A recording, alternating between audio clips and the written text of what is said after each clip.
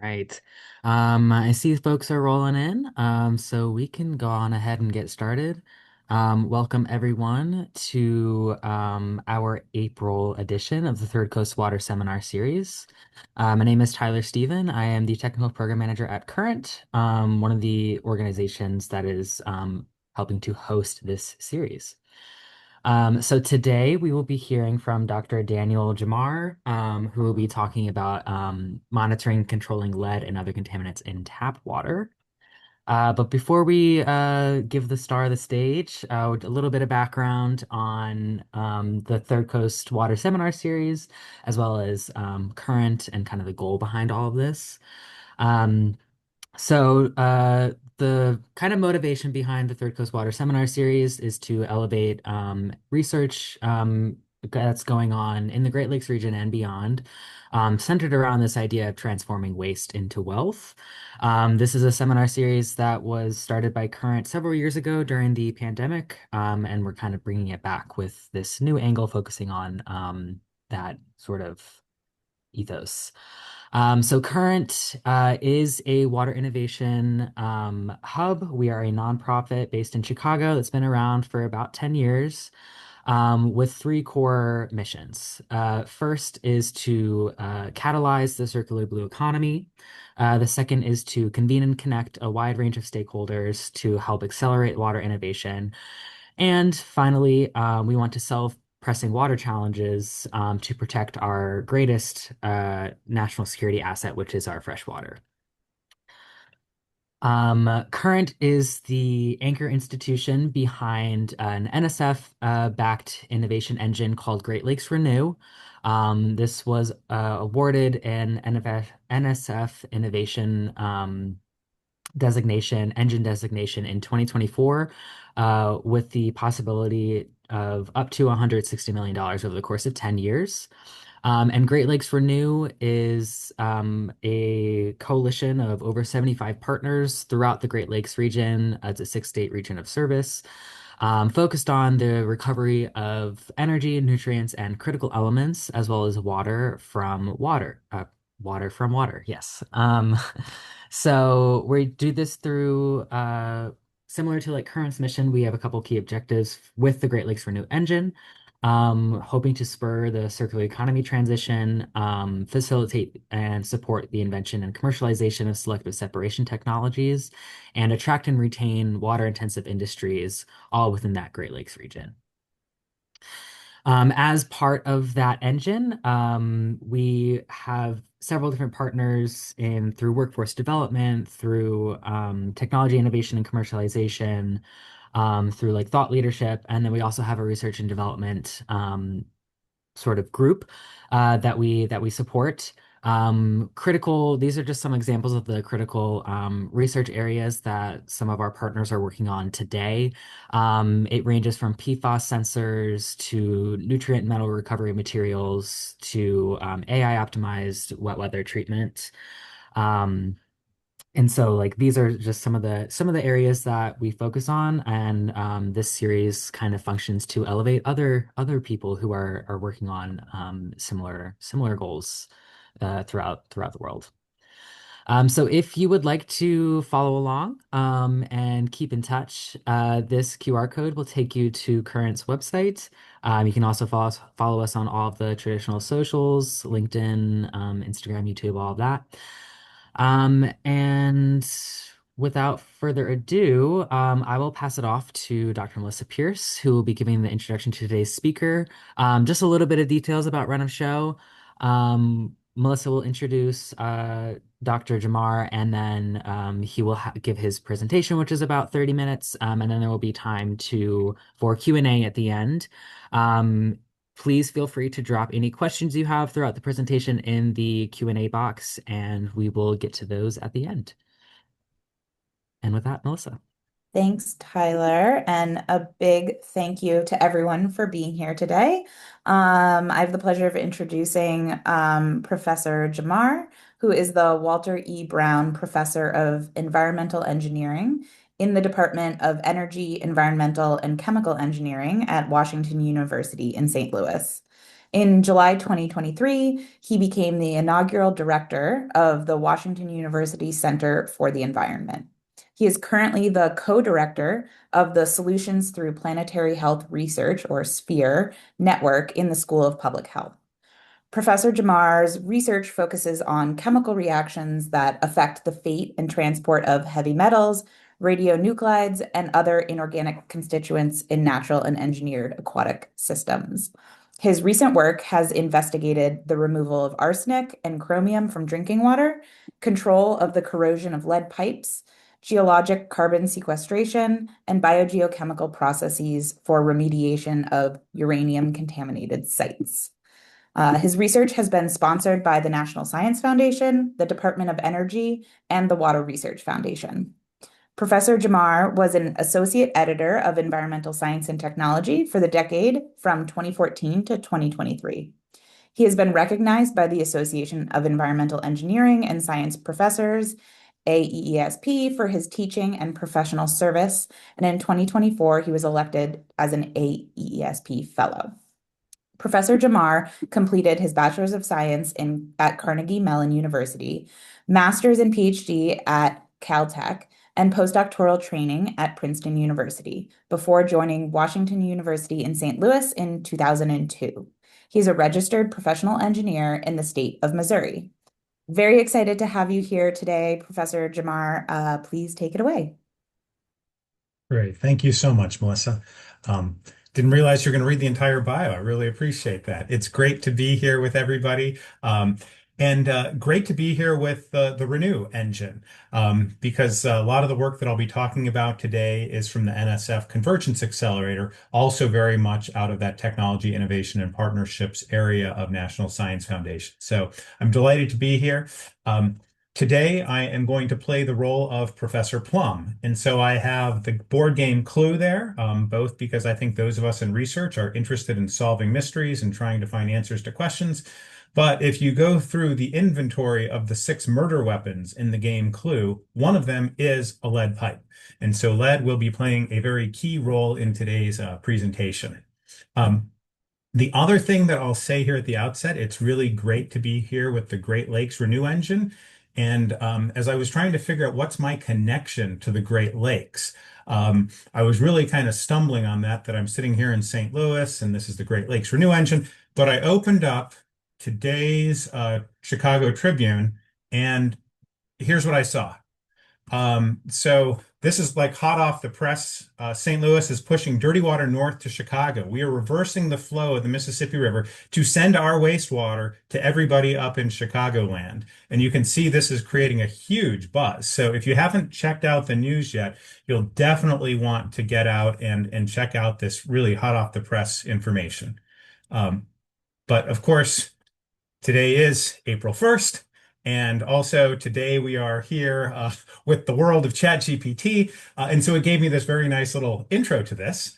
But I do want to go back 125 years, which is really what the connection is. And this is actually a legit cartoon from the St. Louis Post-Dispatch from June 14th, 1901, a Chicago visitor, which was Mr. Bacteria from Chicago. And so I'll explain why in 1901, people in St. Louis were worried about Chicago bacteria visiting us here in St. Louis. And of course, folks in Michigan before 1900 were getting their drinking water from Lake Michigan, and they were putting their wastewater into Lake Michigan, and they were getting sick because they were contaminating their drinking water supply.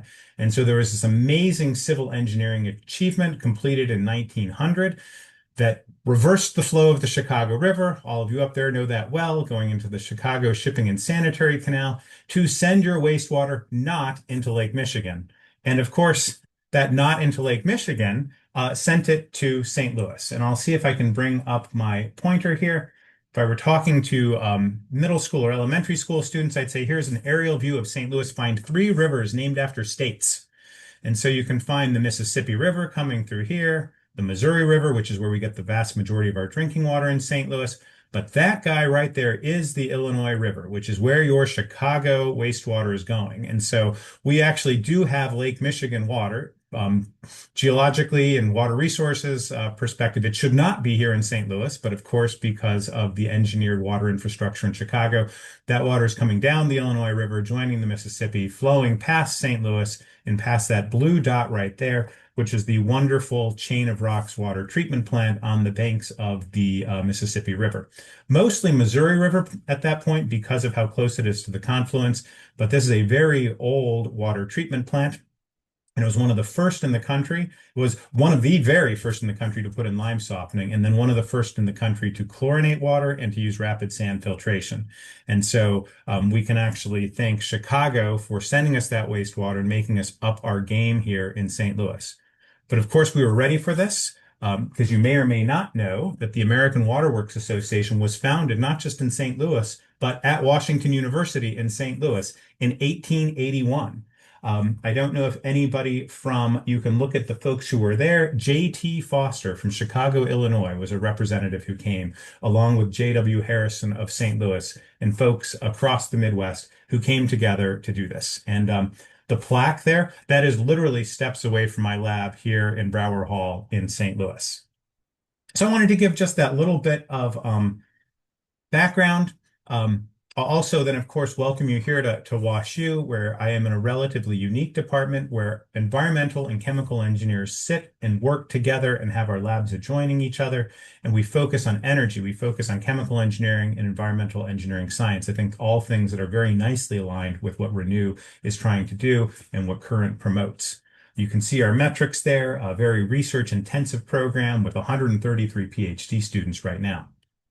Within this, I represent a group of folks who we call ourselves the Engineered Aquatic Processes focus area here in my department. I know you heard from Jason He just a month ago or 2 months ago on environmental biotechnology, but you can also see some other people who you might want to invite for one of your upcoming seminars. Kim Parker, Youngshin John, and Feng Chong Ling. You'll actually see some of the work of Kim and Feng Chong a little bit later in my presentation today.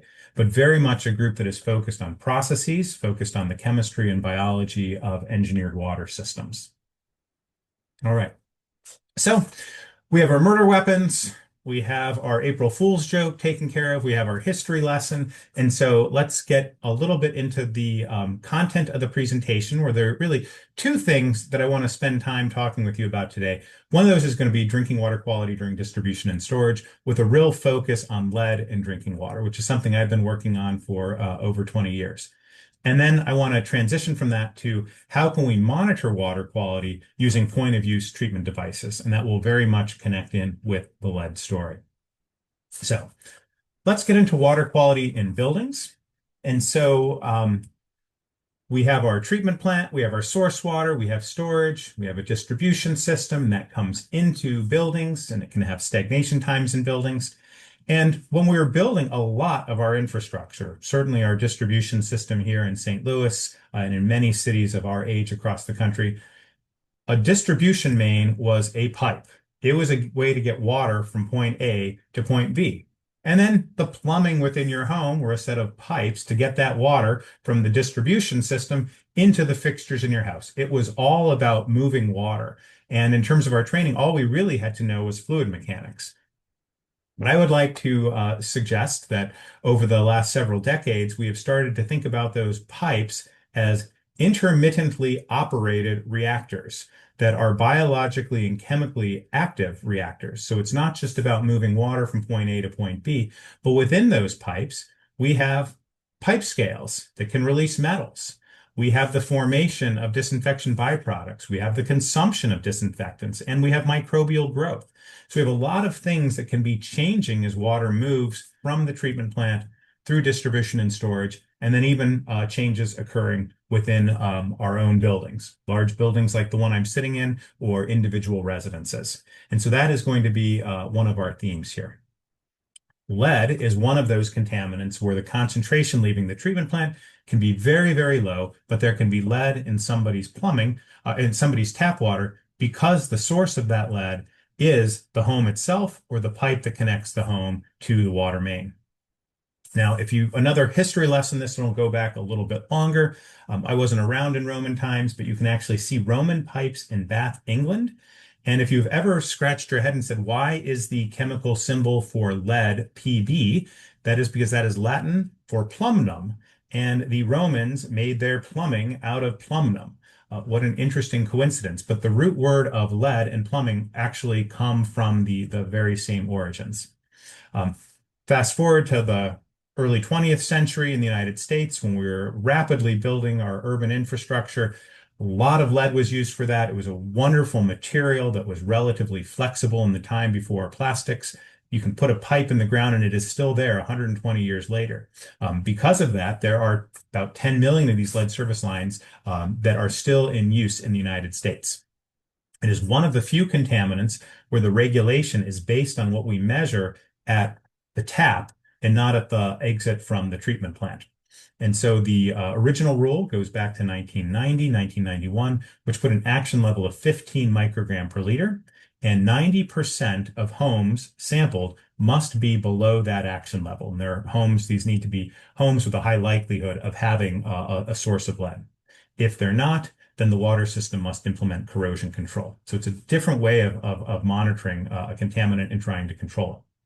We are currently looking at lead and copper rule revisions and lead and copper rule improvements, new regulation that are going to have a 10 microgram per liter level. That's going to be a regulatory level. And another really important piece of this is that the regulation will now be based on the measurement of the 5th liter of water that comes out of a faucet and not the 1st liter. And I'll explain why that's important here in just a second. So here's a home. The lead at that tap that you can see there is coming either from that lead service line, which is buried in the front yard, or from the internal plumbing within the home. And so that lead within the home, there's very little lead pipe within a home, but there can be lead-containing solder and lead-containing brass within the home. And as I mentioned, that 5th liter versus 1st liter sample is going to be really important. Currently, we do it from the 1st liter from the tap, which could be the water really at the sink or right underneath the sink right there, which is likely to be copper or plastic, could have some lead solder. The 5th liter could be water that was sitting out here in that service line overnight, and which could have a much higher lead concentration. And this is an actual profile of lead concentrations from Chicago. Big shout out to Chicago Department of Water Management, a partner on this project with us, for having tons of data and for making that data publicly available. We know so much about drinking water quality and how best to control it because of the great work that they've done to be very inclusive and open about sampling and sharing those results. But here you can actually see the first water coming out of the tap, relatively low, 2nd liter, 3rd liter, 4th liter, and boom, there it is at the 5th liter. Instead of being below that 10 or 15 microgram per liter action level, could now be above it because we now have the water that was sitting in that lead pipe overnight. All right. So I'm going to talk a lot about lead pipes here. And so I want to start this now by zooming in on that lead pipe. You can see our water moving through that. The lead pipe is not really what the water is interacting with is not lead metal. Rather, what the water is interacting with is a thin scale of materials that form on the inside of that lead pipe. And those solids can be lead in the +2 oxidation state or the +4 oxidation state. They can be carbonates, they can be phosphates, and they can be oxides. And when we look at water treatment to control lead concentrations, what we're really going to be trying to do is, can we have water entering that pipe that has a chemistry that is going to keep the lead concentrations at a very low concentration? And so phosphate is something that can do this very effectively. We can have phosphate added to the water to promote the formation of lead phosphate solids. And if we go back to the Flint water crisis, one of the really fateful decisions made there was to provide water to that system that had historically received phosphate, but to not include it in the water that was delivered after April of 2014. That was resolved 18 months later, but it was that interrupted use of phosphate in Flint that kicked off a lot of the problems there. So when we change the water chemistry, we can have problems, or if we know what we're doing and have some idea about how to predict how a system will respond, we can use a change in water chemistry to minimize the lead release. And if you go to your aquatic chemistry course, which some of you have probably taken, this is going to be our lead concentration on the y-axis versus pH. And this is a logarithmic scale. So these are big changes that you're seeing here. And what I really just want to illustrate is if we're dealing with the lead carbonate, we've got that blue line. If we're dealing with the lead phosphate, we're going to follow that green line right there. So phosphate can be very effective for keeping lead concentrations low. And the horizontal line coming across there is the current 15 microgram per liter action level, and that's going to be dropping down to 10 microgram per liter. And then in the lower right, we've got that red line there, which is PbO2. And I will go Professor Plum on you and ask you, what is the oxidation state of lead in PbO2? And you'll look at that and you'll say it's lead in the +4 oxidation state, which you will not find out in the natural environment, but you will find it inside of lead-containing pipes. And that's because we add a strong oxidant, which is the chlorine disinfectant, which can take that lead and make it PbO2. So if you can have PbO2 in your pipes, you can maintain really nice, low, stable lead concentrations. The only challenge is that you really also then need to maintain a stable free chlorine concentration. And if you go back to 2000 to 2004 and the DC lead and water crisis, that was largely induced by a change in the disinfectant type, which destabilized PbO2, which had been on the insides of those pipes. So the water chemistry here plays a really, really important role.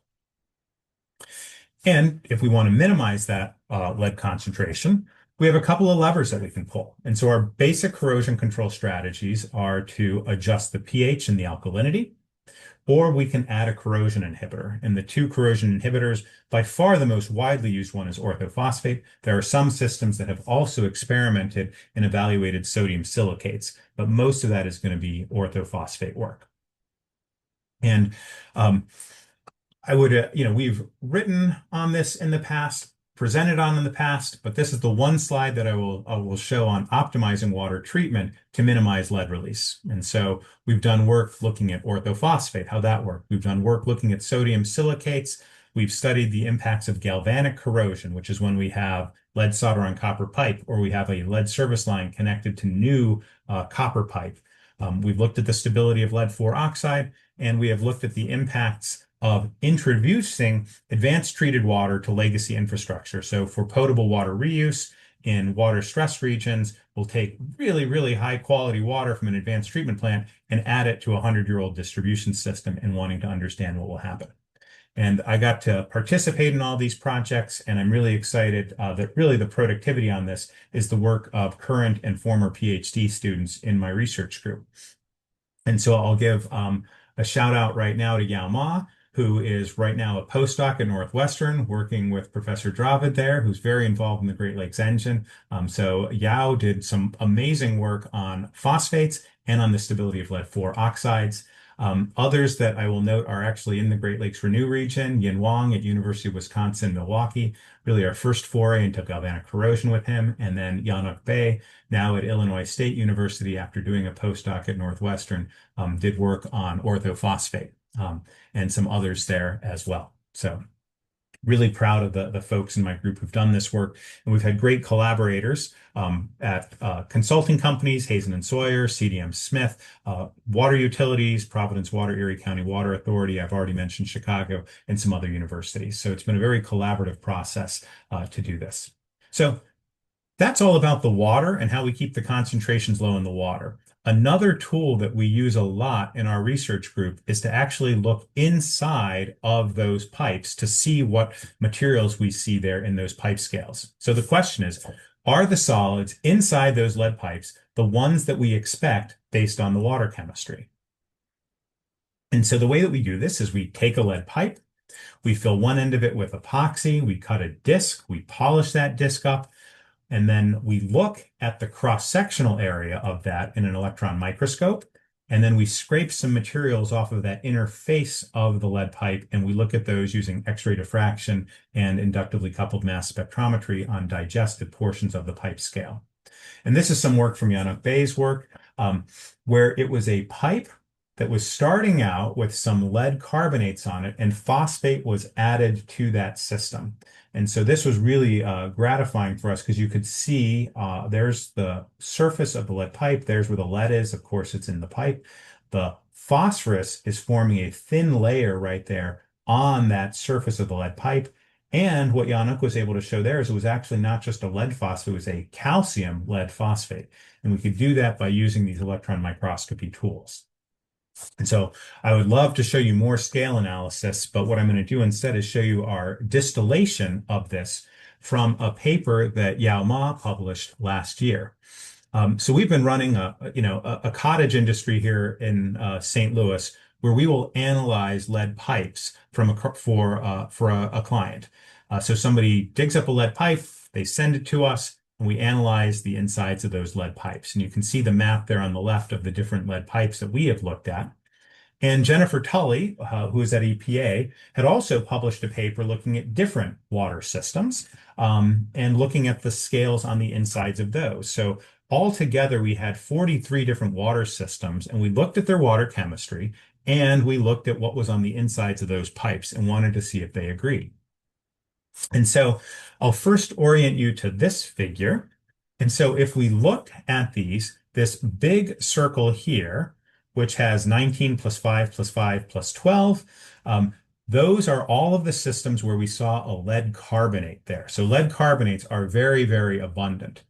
If we look at the ones with the lead phosphate, that's our gray circle there, where there's one system that we looked at that only had lead phosphate, but we had 10 of them that actually had lead phosphate and lead carbonate. And then we looked at systems with lead oxide PbO2. We'd expect that for chlorinated systems. We'd actually predict it should be present for every chlorinated system, not those with chloramine, but those with free chlorine. We'd expect to see it. We didn't see it at all of them. But there we see 12 of those had PbO2 and lead carbonates, and only one of those we saw just PbO2. And so lead carbonates are very, very abundant. But often what we'll see is the co-occurrence of the lead carbonates with a lead phosphate or with that PbO2. And then we look at, did the solids that we see agree with what we would expect? And so if it's in that hashed pattern there, you can say, yes, the prediction matched. So the lead carbonates, if we thought we'd see a lead carbonate, we almost always did. If we thought that we would see lead in the +4 oxidation state in PbO2 solids, about half the time we would see it. And the other half, we actually weren't able to detect it.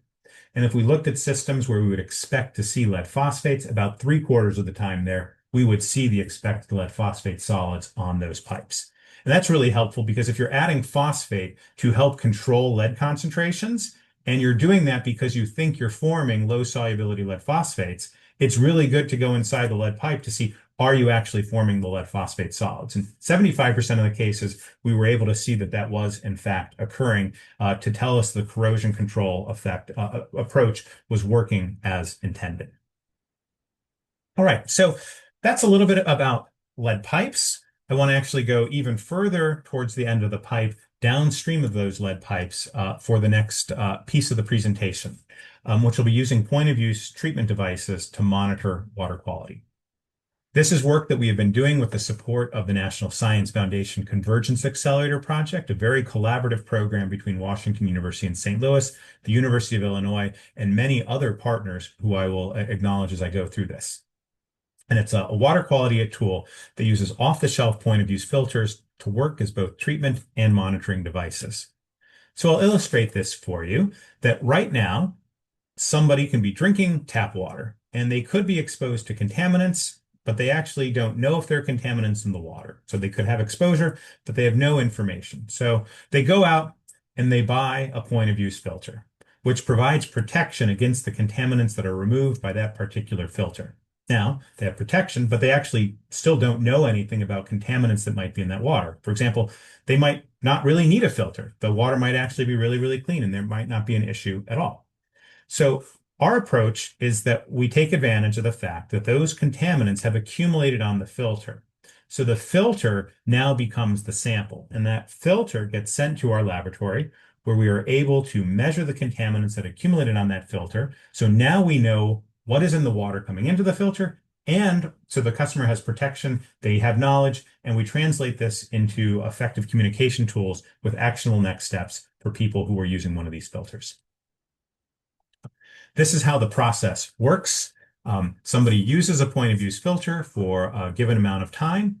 They take that filter and they mail it back to Trusted Tap, Right now, that would mean it shows up here at our laboratories at WashU, and then they receive the results and actionable next steps.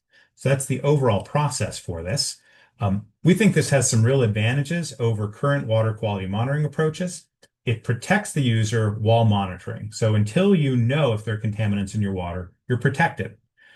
Right now, we view this as really the only viable method for quantifying contaminants with time-varying concentrations. And so remember back to when I showed the lead service line and how those lead concentrations varied depending upon what volume of water was coming out of the tap.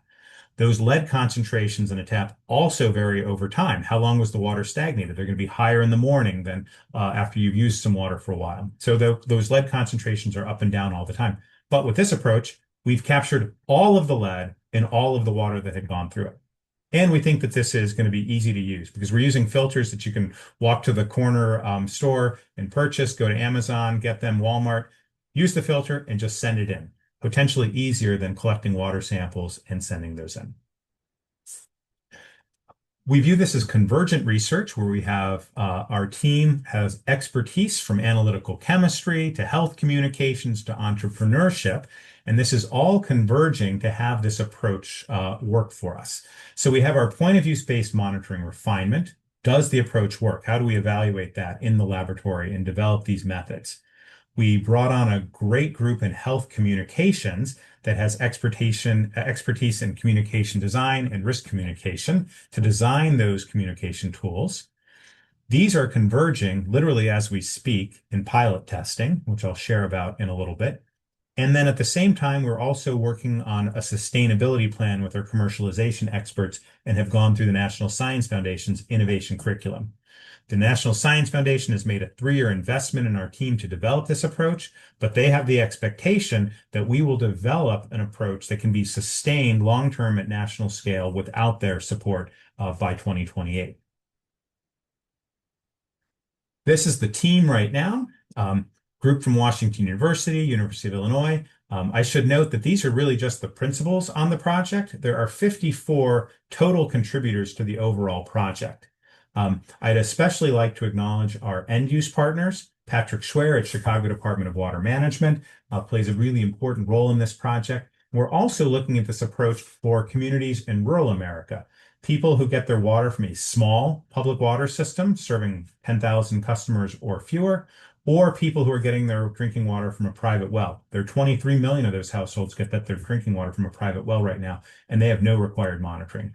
And so to work with them, we're working with Billy Hicks with the Cherokee Nation Office of Environmental Health, Jesse Campbell with the Midwest Assistance Program, and Jim Starbird with RCAP Solutions. We have a great advisory board as well. You may know some of these folks. Eric Gage's up in Chicagoland out in Lisle, working for the Water Quality Association. Simone Trianta-Philidou, Hadven EPA Office of Research and Development, doing amazing work there. And she has landed very much on her feet with Hazen and Sawyer, where she continues to have a great impact on the water sector through her work there. Sophia Walsh with the Minnesota Department of Health, Dana Johnson, who really helps us with community engaged research, Manassa Begay as well with community engaged research, and Sam Fiorello in St. Louis here in a regional innovation community.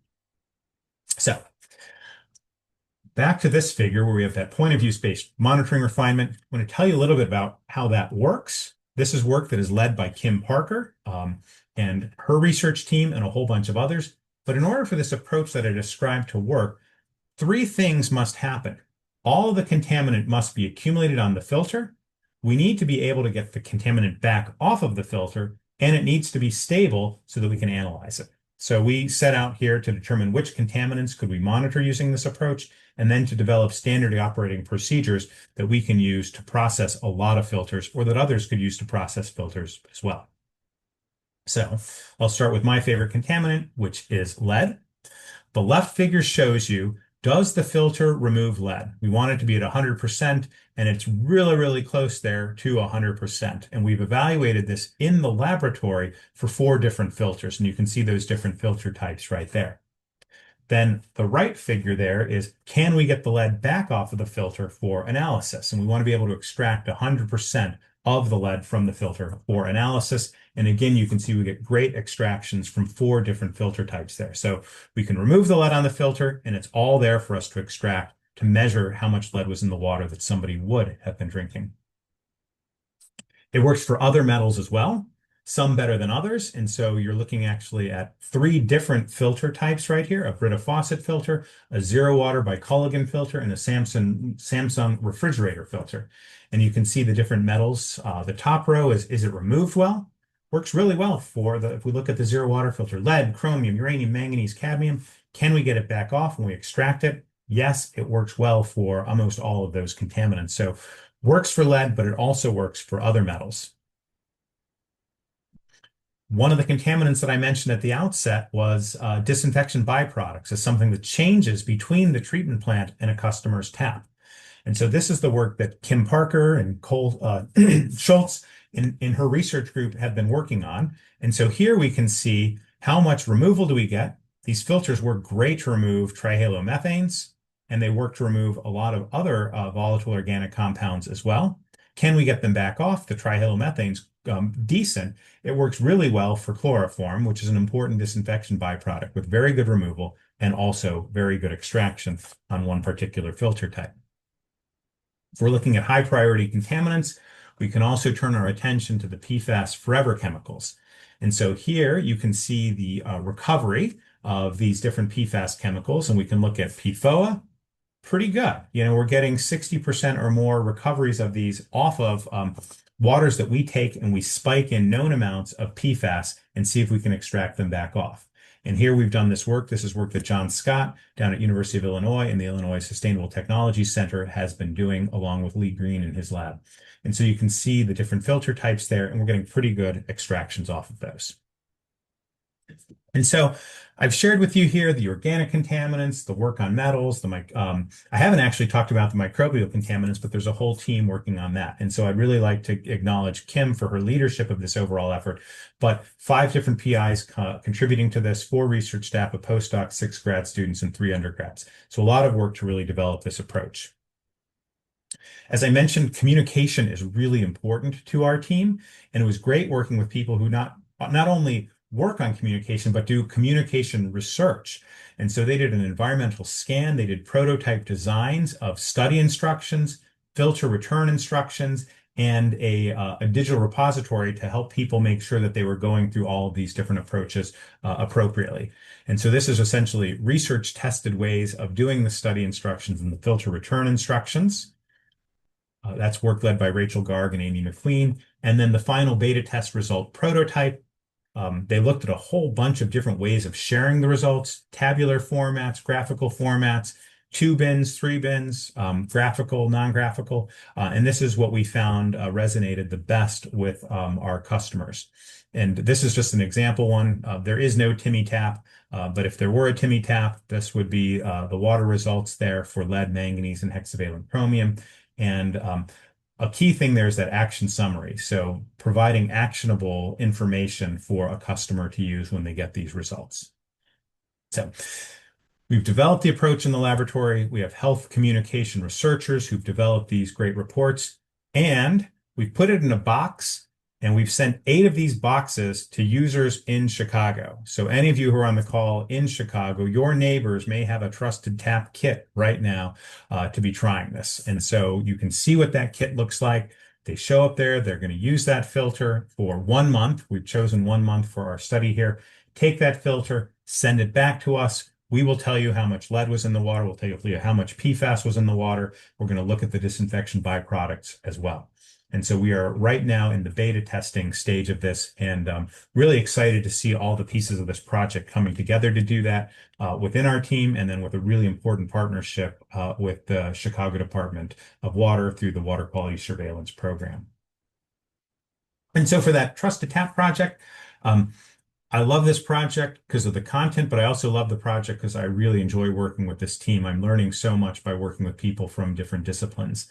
We have an approach, and it works for multiple filters and for many contaminants. And that list of filters and contaminants that this works for is literally growing by the month. As I just noted there, this is now happening with actual field testing in Chicago. Stay tuned. We'll have some results for those first filters in just a month or two. And we've worked very closely with partners so that we can develop an approach, but actually get it out there with people who are trusted messengers for the communities who are going to need this the best. both in Chicago as well as those end-use partners in rural America, in the Northeast, in the Midwest, and Cherokee Nation to make sure we can have something that can work and provide solutions that people need. And we're excited we've secured that $5 million NSF investment for this based on a successful phase 1 project. What I just showed you is what we're calling phase 2. And we have a financial plan with our entrepreneurship and commercialization experts that will take us from the period of NSF support out through 2032 with Trusted Tap as a scalable solution. That's everything I wanted to cover. If there's time for questions, I look forward to our conversation. It's actually cloudy day here in St. Louis, but come and visit us sometime at the founding location of the American Waterworks Association. Thanks a lot. Thank you so much, Dr. Giammar. That was a wonderful presentation. Loved how broad the scope was and how you looked at, the history of lead all the way up to like what your solution is. Yeah, so we're starting to get a couple questions in the Q&A box. So folks, feel free to drop in your questions. We'd be happy to answer that. But we can get started with our first question.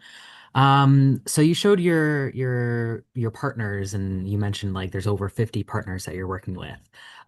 If other experts in the field, whether it's around regional engagement or emerging contaminants, are interested in working with you or in getting engaged, how can folks do that? Sure. Um, I should have put our Trusted Tap website up there. So we actually, right now, we're a WashU website. First thing to do, contact me. National Science Foundation wants us to have a solution that will have national scale impact. And a big part of that is talking to people who want to learn more about this approach, figure out how we can work together. We've already talked with probably 12 different organizations, from filter manufacturers to environmental engineering consultants. We have this approach right now. We're beta testing, seeing how it works in the field.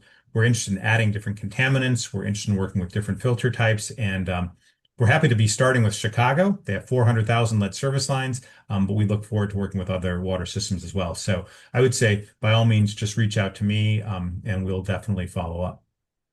Awesome. Thank you. Yeah, and then I have a question. So current being in Chicago, I know about the city. So Chicago has, through the Department of Water Management, you can residents can order like free lead testing kits, that come to their door. So for something like your solution, Trusted Tap, or what are you thinking in terms of like a business model, or are you thinking this could like supplement those like free testing kits that folks can just like dip in their water and figure out, or are you trying to do direct to customer sales or working with utilities or governments? Yes. And I know you didn't All of the ask. above. Yeah. So it really does come down to all of the above. And first, I'd like to say, Chicago, I think they have a really good sampling program right now, that voluntary sampling that people who are their customers can call up. They get a 3-bottle kit. It's a nice kit. They have, so that you're not just getting that 1 liter. Something we've learned over time is if you measure the first liter of water, that can be very variable from time to time, and it is not going to be the most diagnostic issue of whether or not you actually have a lead problem. And so Hmm. getting multiple samples at one sampling time, and Chicago's done a really good job of that. And we went up and visited Patrick and his team back in November and also looked at their communication tools. So first, I'd like to just really acknowledge what a great job that they are doing. For us, our customers, we are looking right now because if we're going to get this off the ground, we would like to work with some high volume customers. So are there water systems who'd say, hey, we think this is a valuable approach. We'd like to buy X units of Trusted Tap to provide to our customers. We're working on the cost on that. Right now, we're at about $75, and most of that cost is actually the filter and the pitcher. And so we're giving somebody something that in some cases after a lead service line replacement, the utility would already be giving to them. So we're looking at, can the utilities be a customer? We're certainly happy to do direct to customer engagement. That might be a little bit harder to scale. And then we're also for the rural communities where you've got a population that's a lot more spread out, but really could benefit from this solution. We're working not directly with individual households, but we're working with groups like RCAP Solutions or the Midwest Assistance Program, which are technical assistance providers for rural America around water quality solutions. Oh, that's great. Leveraging existing support networks out there. Yep. Perfect. And then question about so you're a researcher. You're very you mentioned you are an engineer, you're on the technical side. So being like a professor and researcher and kind of branching into this like product development field, what's been like the most interesting or surprising aspect of working on commercialization through the program and Trusted Tap that you've experienced? Yeah. No, that's great, Tyler. I really appreciate that question or whoever asked it. There are so many. I would really acknowledge the National Science Foundation, especially the Phase One innovation curriculum, where they put us through human-centered design, communication tools, and also commercialization. I would say the human-centered design approach of that was really valuable, of doing interviews with end users and developing what's called a low fidelity prototype and trying that out. And I'll be honest, and I've learned a lot. I think I'm talking differently now in 2026 than when we started this. I thought we needed a technological solution. It's like, hey, we have this approach to use a filter, use it, we'll tell you what's in the water and your contaminants, and that's all you need. And the real challenges were going to be how do we get the contaminants off? So I was really thinking about the chemistry of how do the contaminants bind and how do we get them off? You talk to end users, they don't care about that at all. They say, Mhm. if there's something in my water, what are you going to tell me about it? What am I supposed to do next? The other piece of this is going to be a new type of information. If I tell you the average lead concentration in your drinking water is 5 microgram per liter, how do you feel? That's the average concentration. We don't tell anybody right now what's the average concentration of a contaminant. If it's 5, sometimes it's above 10, sometimes it's above 5, sometimes it's below. How do you contextualize those results? So a Mhm. huge piece of us on the phase one was we don't just need a technology, we need communication tools so that people get information that they can understand and actionable next steps, which is why we went and brought on Rachel Garg and Amy McQueen and the whole health communication research laboratory when we applied for the phase two proposal, because we knew we didn't have that expertise on the team. Oh, excellent. Great. A couple more questions coming in. Um, how do you decide when a 1 month like for a 1 month sample collection time? Oh wait, sorry. My brain is not reading this right. Um, oh yeah. So how did you decide on the 1 month sample collection time for your analysis? And then also like how do you determine volume for that period of time? Okay, great. So the first one, for the beta testing that we're doing right now in Chicago, we wanted to pick a time where we think enough water would have gone through the filter so that we would have measurable results, but we would still be a long way away from the filter reaching its capacity. We did not want to ask people to use a filter beyond the period when we knew that it would be working well for them. And so that's where we landed on the 1 month. We also Mhm. are really eager to get these results because after beta testing, we plan to go end of the summer to 40 households. We're doing 8 right now. We want to go to 40, and we know we're going to learn a ton from those first 8 that come back. So that's why we landed on the 1 month. Then the big question, it's an important one. It's just, how do you know how much water went through the filter? Um, right now, for the beta testing, we tried a bunch of different approaches. What we landed on is getting some basic information about the household that's using the filter. How many people live there? How often are they home? What are they using that filtered water for? Are they using it for drinking only, drinking and cooking, watering plants, pet watering, whatever it might be? And so just some very simple things that could be completed in a survey. Um, we also have something we're going to try, and I'm really excited about this in my student learning. I think we have it working. Public water systems, at least Chicago right now, and the vast majority, they add something to the water at a very low, but consistent concentration all the time. And it is picked up on the filters that we're using in Chicago, and that element is fluoride. We fluoridate the water, and so we actually are going to measure the fluoride on the filter media that comes back, and that will tell us how much water has gone through it. Because Chicago is sitting right there at zero point 0.6 or 0.7 milligram per liter, every liter that leaves the treatment plant. Cool, very cool. And then this is just me because I'm very forgetful. Is there like a customer like interaction side that so that you're ensuring like this you're actually getting 1 month of water and like use, or like how do you maybe combat some of the variability in how folks end up using this? Oh, absolutely. And that's a huge part of the beta testing right now is to understand how actual households are going to interact with this box. And something that we learned a lot is it's not just showing up and then you're waiting a month and like hoping that it comes back. Mhm. There's a 1 week check-in that happens. Hey, did you get the box? Did you open it up? What questions do you have? Okay.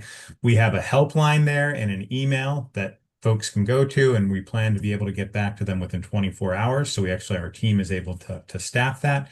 And then there's also a follow up at 1 month that says, time to send the filter back. Oh, and something I should have mentioned is the kit comes with 2 filters. So when you send us the first filter, you put in a new one so you continue to get that filtered water until you get the results from the first one. That also gives us a way of essentially, put in the new filter, take the old one, put it in the box there and a bag to manage some water that might drip out of it and send it back to us. So and again, that's great working with the communications folks here because they know exactly what are the things that are effective when you're doing this type of community engaged work to get people to complete the whole program. Gotcha. Very cool. Um, and then could you talk a little bit about like your analyses? You mentioned this when you first were approaching this, you were looking at this from like a technical side. Like how do you remove things from the filter? For like the actual like lab side of things, is this done through like a certified lab, like, or from is this like is the innovation component like the actual process to remove the contaminants, and that's all handled like in-house in your research group? Sure. Yeah. Great question. Right now, and you're absolutely right. I would say the scientific innovation for those of us who are, environmental engineering and analytical chemistry researchers, the most exciting piece of this has been what is a workflow to get a contaminant off of a filter? And now what's a workflow to get multiple contaminants off of a filter? And so Mm. that's really where the innovation has been coming in. And then once they're off, then we send them to LC mass spec for the PFAS. We send them to ICP-MS for the metals. We send them to GC mass spec for the trihalomethanes. And so um, right now, what we're trying to do is come with a really efficient workflow to get those contaminants off of the filter. And then you go to, available analytical techniques. Kim Parker's leading that effort, and we have a standard operating procedure developed right now that we're working with. We have filed an invention disclosure with our Office of Technology Management here at WashU and trying to figure out, where are we going to take that and how do we develop in-house and how do we try to scale that up and roll it out? Great. Awesome. Um, cool. And then sticking on the technical side of things, is there any part of that where you're trying to figure out particulate versus like soluble lead or contaminants, or are you just focused on like what are you focused on in terms of that? Like the general like total concentration, or are you parsing it out by how like the form it is in the Yeah, water? great. Thanks. Yeah, for the project that we're doing right now on the monitoring, what we're focused on is the total lead. Because that's also what the regulations would be on. That's what the health effects would be on, would be the total lead. And we do Mm, want to work with filters that remove both dissolved lead and particulate lead. So we've chosen to do that. That's the Trusted Tap project. Now, if Sepwell Wong were on the call, and he's a great PhD student in my group, he's doing a ton of work on this Trusted Tap project. But another part of his thesis is actually looking at where do lead containing particles end up in a filter? And what are some analytical techniques, electron microscopy, possibly X-ray CT, where we could actually go and understand of the lead on the filter. Is it dissolved? Is it particulate? If it's particulate, what is it? Is it a lead phosphate, a lead carbonate? So that's not part of the Trusted Tap project, but it will be part of Zepwala's PhD thesis. great. And then one more quick question before you wrap stuff up. So you showed that slide where you're looking at like the efficiency of removal for the different filters. How are you like accounting for removal efficiencies or things that may be passing through the filters, or like are you taking that into account? Yeah. So a really important piece of this, the three requirements for this to work is the filter needs to remove all of the contaminant or a Mm. predictable amount. And then we need to be able to get the contaminant off of the filter and it needs to be stable on the filter. And so, and the good thing, there's a whole group out there that we're working with filters that have gone through certification, NSF certification. That's not National Science Foundation, NSF, but the other NSF that has certification protocols that say, yes, this filter does work for these contaminants. It goes through certification with challenge waters. We end up doing that in our lab as well because we want to make sure that when we're loading a filter with PFAS that it actually does remove it, or with lead that it does remove it. So we're actually not really worried about things getting through the filter, certainly not for the contaminants for which those filters are certified. There are others that we're playing around with, like arsenic. We'd love a filter that works for arsenic, and they're not certified to remove it. And so there's a question, does it remove it, does it not? That's where the questions come. But for the lead, the PFAS, the disinfection byproducts, the filters remove them well. We've shown that, and the certification process has as well. Sure. Great. Well, we will wrap things up. Thank you so much, Dr. Giammar, for your time and for sharing this like very incredible innovation and work that you're working on. Um, Wanted to share with the folks on the call. So this is our last Third Coast Water Seminar Series in our 2025 to 2026 academic calendar, and will be available on our YouTube channel shortly.